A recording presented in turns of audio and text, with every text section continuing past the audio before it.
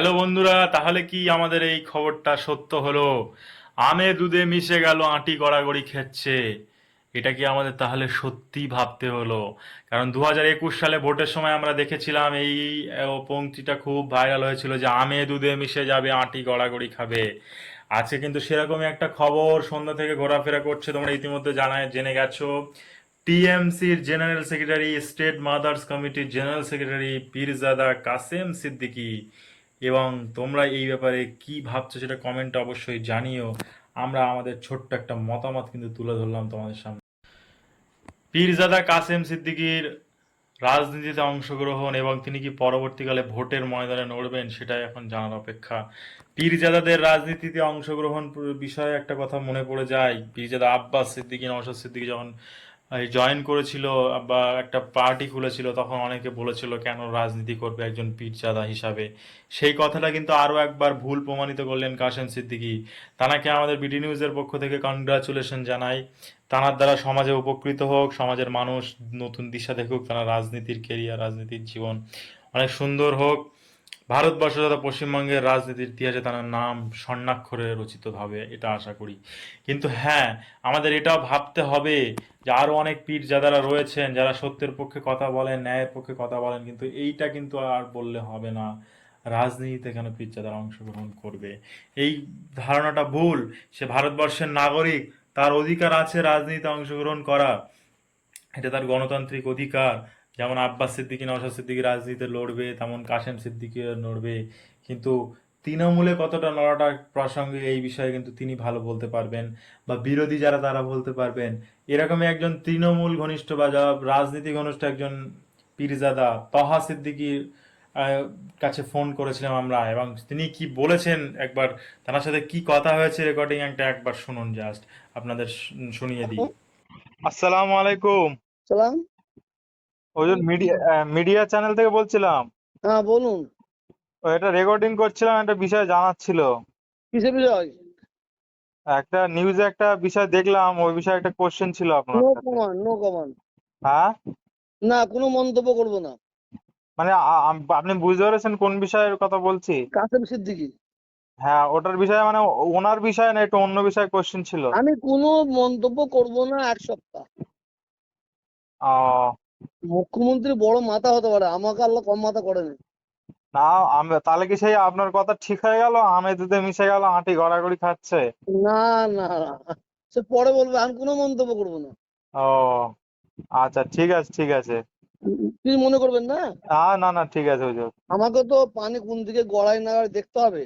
হ্যাঁ, উনি তো অনেক রকম কথা বলেছিলেন, আবার এখন এসে একরকম বলছেন বা করছেন। যে এগুলো দলও আপনারা দেন না, এগুলো আপনারা দেন না।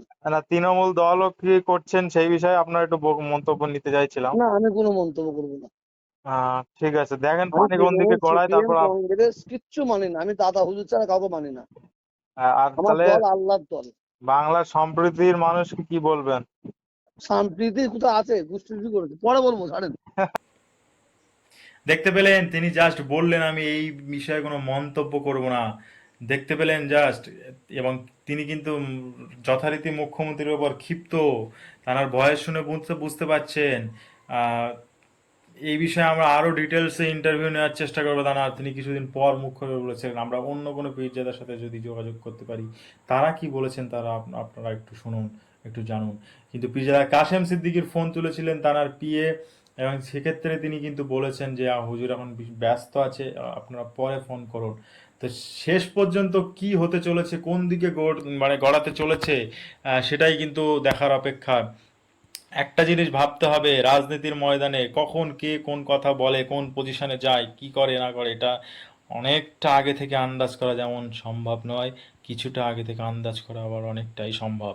সেটা একবার প্রমাণ করে দিলে, কিছুদিন আগেই আমরা জানি এইরকমই ভিডিও ঘুরছিল ফেসবুকে যে পীরজাদা কাশেম সিদ্দিকী তৃণমূলে জয়েন করছেন। আমরা প্রিন্ট মিডিয়া, বড় বড় মিডিয়াতে কিন্তু আমরা দেখেছি খবরগুলো, ইলেকট্রিক মিডিয়াতে দেখেছি খবরগুলো।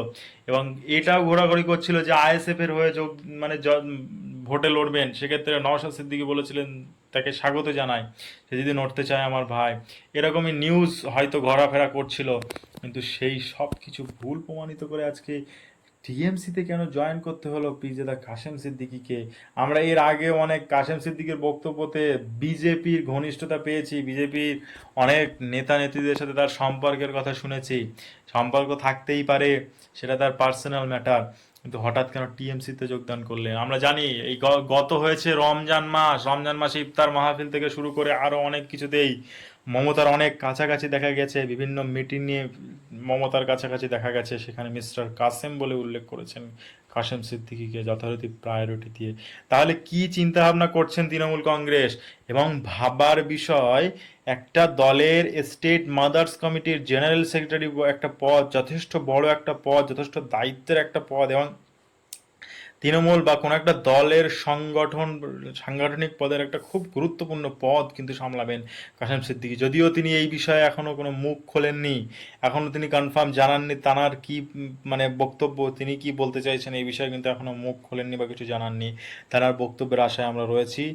আপনারা হয়তো ইতিমধ্যে খবরটি প্রিন্ট মিডিয়া বা ইলেকট্রনিক মিডিয়ায় আপনারা খবরটি পেয়েছেন। আমাদের ভিডিওটি ভালো লাগলে, যদি লেগে থাকে, একটা লাইক করবেন, কমেন্ট করবেন এবং শেয়ার করবেন। ইউটিউবে বিটি নিউজকে সাবস্ক্রাইব করবেন এরকম খবর দেখার জন্য। চলুন, আরও কোন পীরজাদা কাছে আমরা ফোন করব, তাদের যদি কোনো বক্তব্য থাকে আপনাদের অবশ্যই শোনাবো।